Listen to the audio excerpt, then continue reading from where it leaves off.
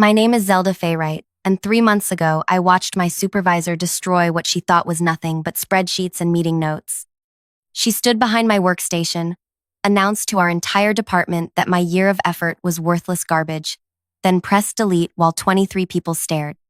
What she actually erased was the invisible foundation holding our company together. And when my phone rang 30 seconds later with a $500,000 job offer, I realized she had just handed me the perfect weapon for the most satisfying destruction I could have ever imagined. Before I tell you exactly how watching her panic became the sweetest moment of my professional life, could you please take a few seconds to hit that like button and subscribe? Because what I'm about to share will show you how one moment of cruelty can backfire in ways that seem impossible until they happen right in front of you. And trust me, you need to hear every detail of how this unfolded. Let me take you back to where this really started, because revenge stories always begin long before the actual revenge happens. 18 months ago, I joined Pemberton Analytics as a client relationship coordinator. The job description made it sound boring: maintain communication records, schedule follow-ups, track client satisfaction metrics.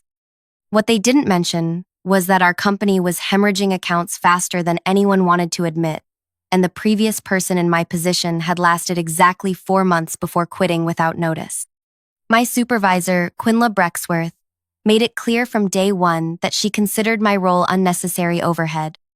She was one of those people who believed business relationships were purely transactional: send invoices, deliver services, collect payments, repeat.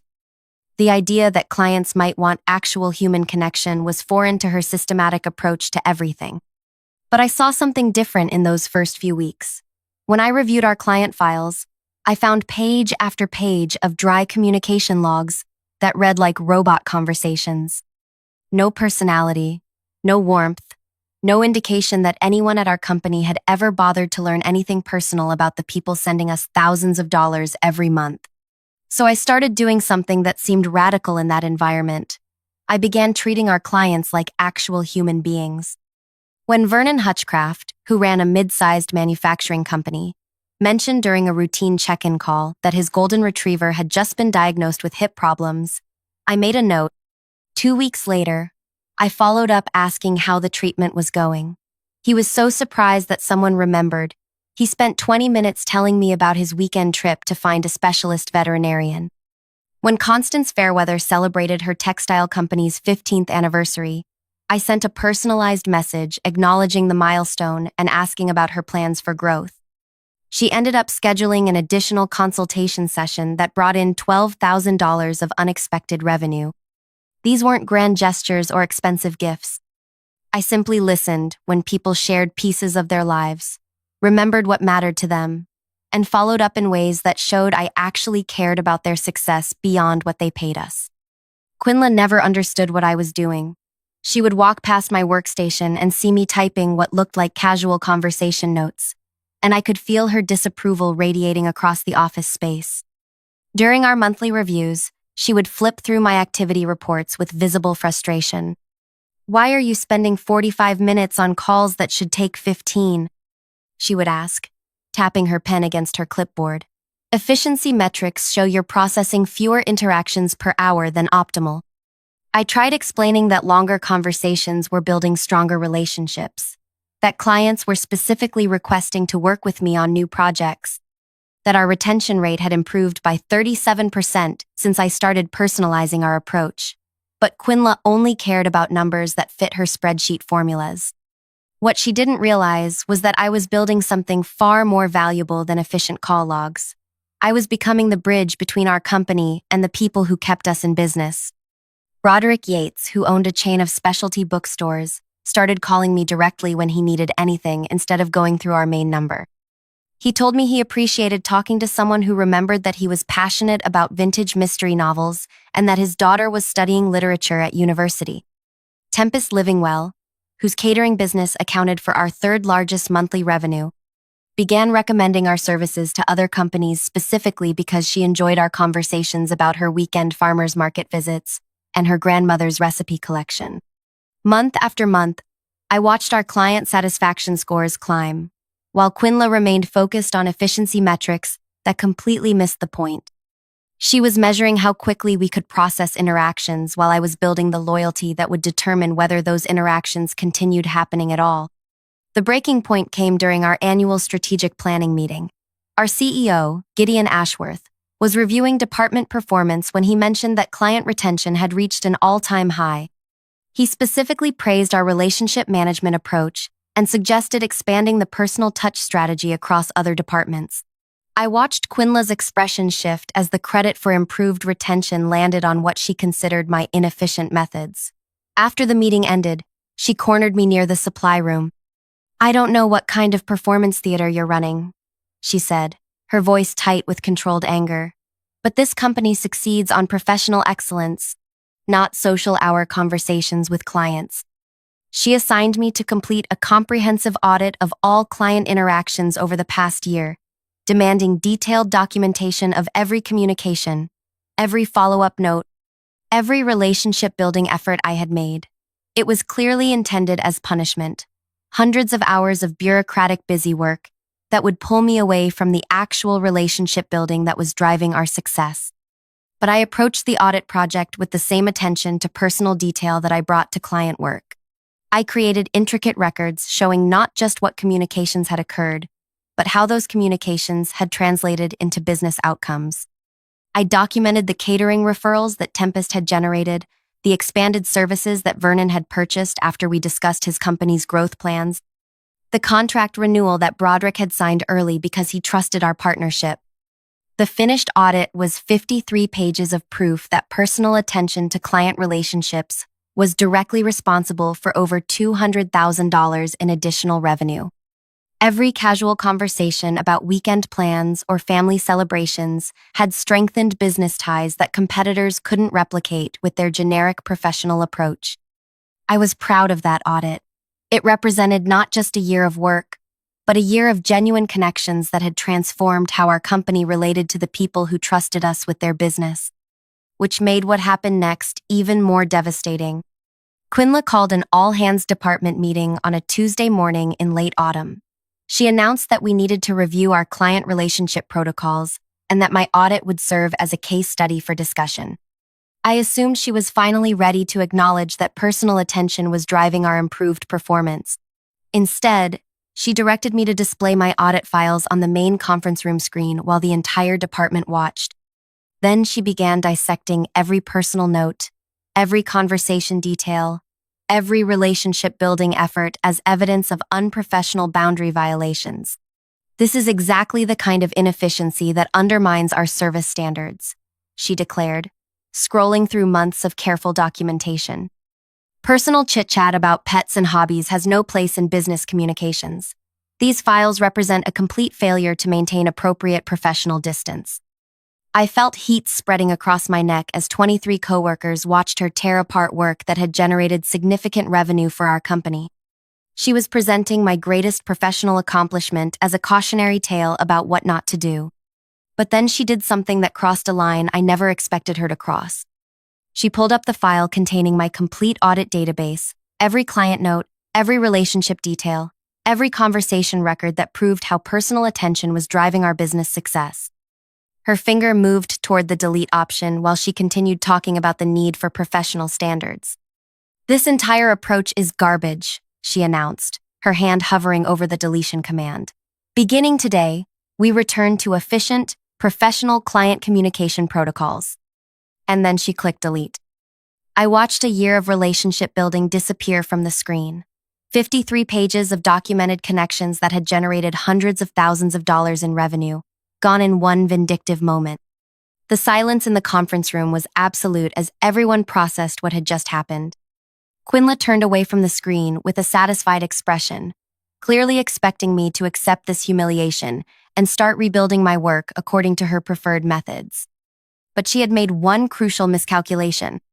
While she was destroying my documentation, she hadn't destroyed the actual relationships I had built. The clients who trusted me, who called me directly, who had shared personal details about their lives and businesses. Those connections existed in their hearts and minds, not in our computer files. And apparently, Some of those connections had been paying attention to our company dynamics more carefully than anyone realized.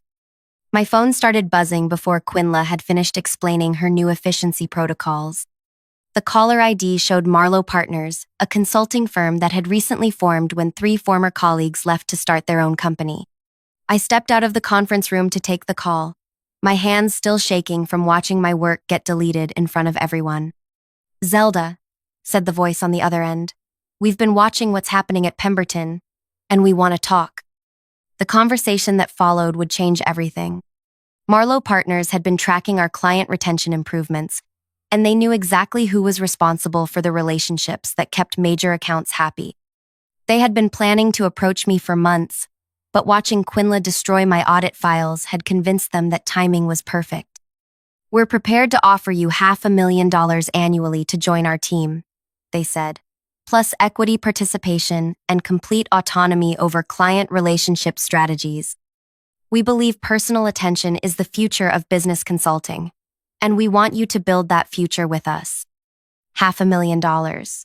More than double my current compensation, working for people who valued exactly what Quinla considered worthless inefficiency.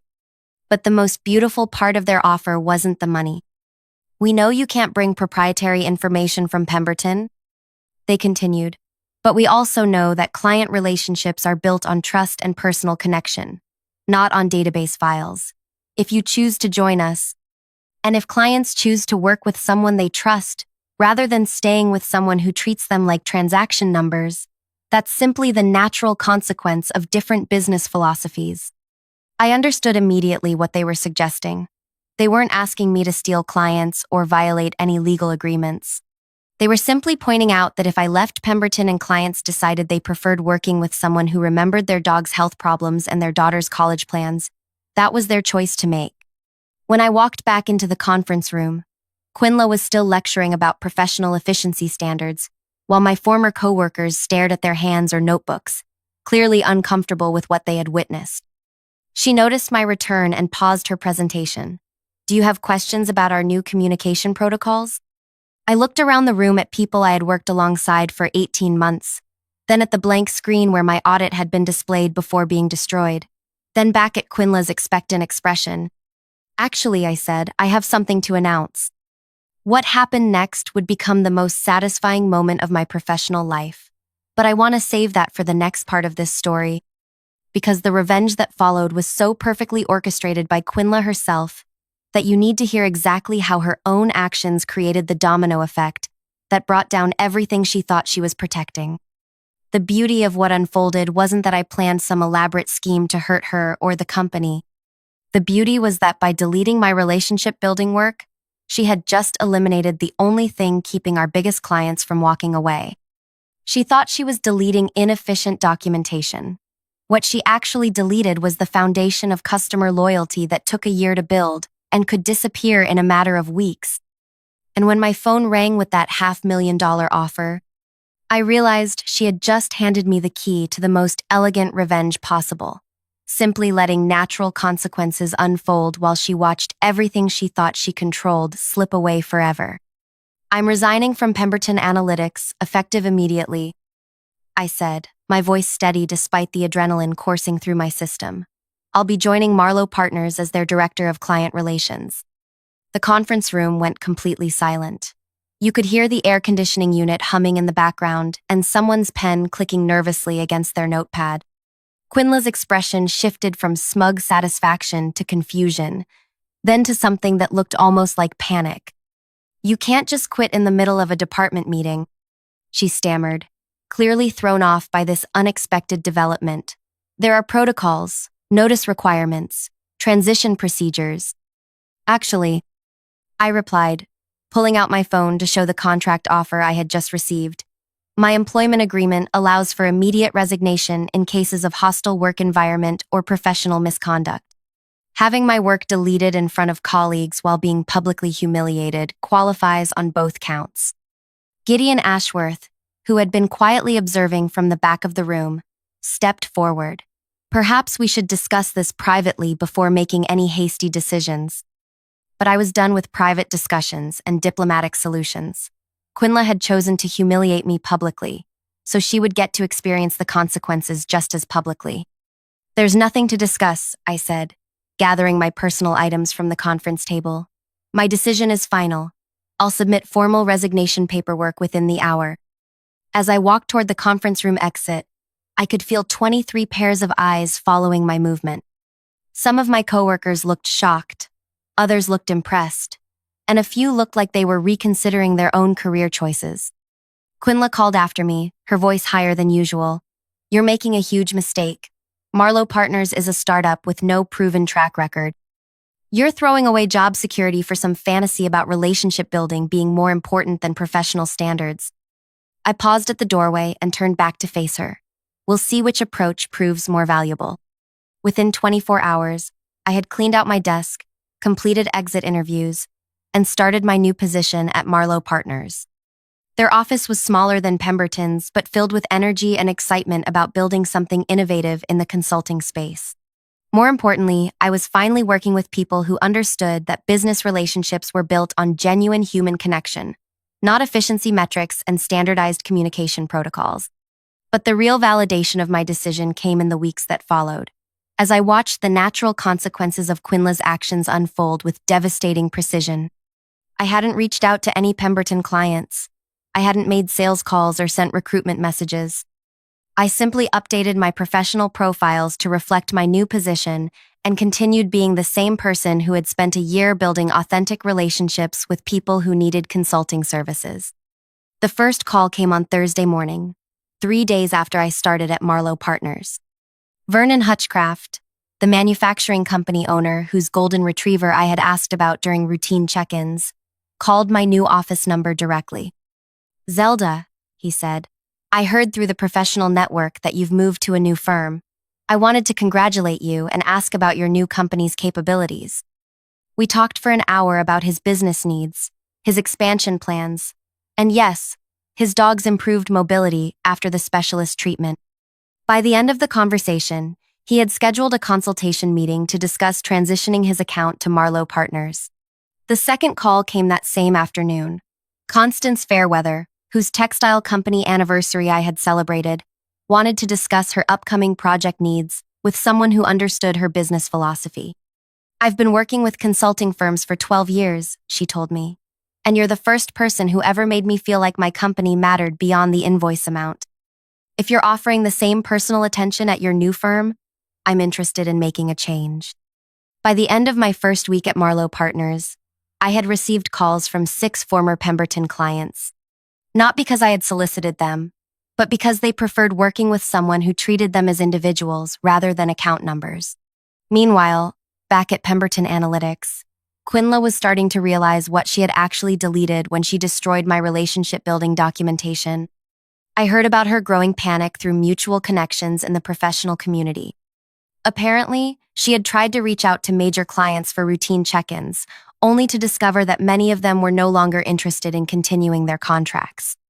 When she called Vernon Hutchcraft to schedule his quarterly review, he politely informed her that he was exploring other consulting options and would not be renewing his annual agreement. When she contacted Constance Fairweather about upcoming project needs, Constance explained that she had found a consulting partner who better understood her business values. One by one, the clients I had spent a year building relationships with were making the choice to work with someone who remembered their personal details, their business challenges, and their individual communication preferences. Quinla had believed that client loyalty was tied to Pemberton's brand reputation and service quality. She was discovering that client loyalty was actually tied to the personal connections that made people feel valued and understood. The third week after my departure, I received a call that made everything clear about how devastating Quinla's decision had become. Broderick Yates, the bookstore owner who had started calling me directly instead of going through Pemberton's main number, wanted to share some information that he thought I should know. Quinla called me yesterday, he said, asking if there were any service issues that might explain why I was considering other consulting options. When I told her I was following you to Marlowe Partners because I valued our personal connection, she actually argued with me about it. He laughed, but not in a way that suggested he found it amusing. She told me that professional relationships should be based on service quality, not personal chit-chat about books and family. She said I was making an emotional decision instead of a business decision. Can you believe that? She was lecturing me about how I should choose my own consulting partners. That phone call revealed everything about why Quinla's approach was failing so spectacularly. Even when faced with the evidence that personal relationships were driving client decisions, she couldn't adjust her philosophy. She was still trying to convince people that efficiency metrics mattered more than feeling valued and understood. By the end of my first month at Marlowe Partners, 14 former Pemberton clients had either switched to our firm or initiated conversations about potential transitions. These weren't small accounts. They represented over 60% of Pemberton's annual revenue. I wasn't actively recruiting them. I was simply being available when they called, remembering details about their lives and businesses, and providing the same personal attention that had built our relationships in the first place. Marlowe Partners was thriving beyond their most optimistic projections, while Pemberton Analytics was experiencing the worst client retention crisis in company history. The most satisfying part wasn't the money or the professional success, though both were incredible. The most satisfying part was knowing that Quinla had created this entire situation herself through her stubborn refusal to value what clients actually wanted. She could have supported my relationship-building approach. She could have learned from the improved retention rates and client satisfaction scores. She could have recognized that personal attention was generating measurable business results. Instead, she had chosen to publicly humiliate me and delete work that represented hundreds of thousands of dollars in client loyalty, apparently believing that her efficiency-focused philosophy was more important than actual evidence of what worked. 2 months after my departure, I heard through professional networks that Gideon Ashworth had called an emergency board meeting to address the client retention crisis. Pemberton Analytics was facing the possibility of layoffs, reduced operations, and potentially selling to a larger firm to survive the revenue loss. Quinla, who had been so confident about her professional standards and efficiency metrics, was now scrambling to explain how the company had lost most of its major accounts within 8 weeks. According to sources who were still working there, she had initially tried to blame my departure for the client defections, arguing that I had somehow poisoned client relationships or violated ethical standards to steal accounts. But the timeline didn't support her accusations. Clients weren't leaving immediately after I resigned. They were leaving after attempting to maintain relationships with Quinla's new efficiency-focused approach and discovering that they preferred working with people who treated them as individuals. The board investigation revealed exactly what I could have told them months earlier. Clients choose consulting partners based on trust, communication quality, and feeling valued, not on how quickly their calls get processed or how efficiently their concerns get categorized. Quinla had spent a year dismissing relationship building as inefficient social hour conversation, and now she was facing the consequences of that philosophy in the form of client defections that threatened the entire company's survival. 3 months after my departure, I received the call that made this revenge story complete. Gideon Ashworth contacted me personally to discuss what he called a potential partnership opportunity. He wanted to know if Marlowe Partners would be interested in acquiring Pemberton Analytics' remaining client accounts and possibly hiring some of their staff during what he described as a strategic restructuring process. The company that had considered my relationship-building approach inefficient garbage was now hoping to sell their remaining assets to the firm that had been built on exactly the principles Quinla had rejected. During our conversation, Gideon mentioned that they were also reevaluating leadership approaches in their client relations department. Reading between the lines, it was clear that Quinla's position was no longer secure. "I have to ask," he said toward the end of our call, "what would it take to bring you back to Pemberton as Director of Client Relations? We're prepared to offer significant compensation increases and complete autonomy over relationship management strategies." The irony was incredible. 3 months after watching my work get deleted in front of my colleagues, I was being recruited back to implement exactly the same approach at a much higher salary, with complete authority over the department that had rejected my methods.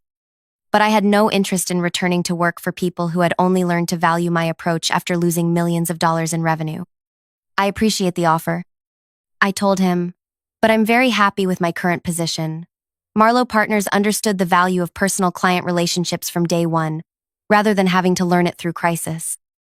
6 months after leaving Pemberton Analytics, I was promoted to senior partner at Marlowe Partners with equity participation and responsibility for expanding our client relationship philosophy across multiple service lines. The clients who had followed me from Pemberton became the foundation for our most successful year in company history. Meanwhile, Pemberton Analytics underwent the strategic restructuring that Gideon had euphemistically described.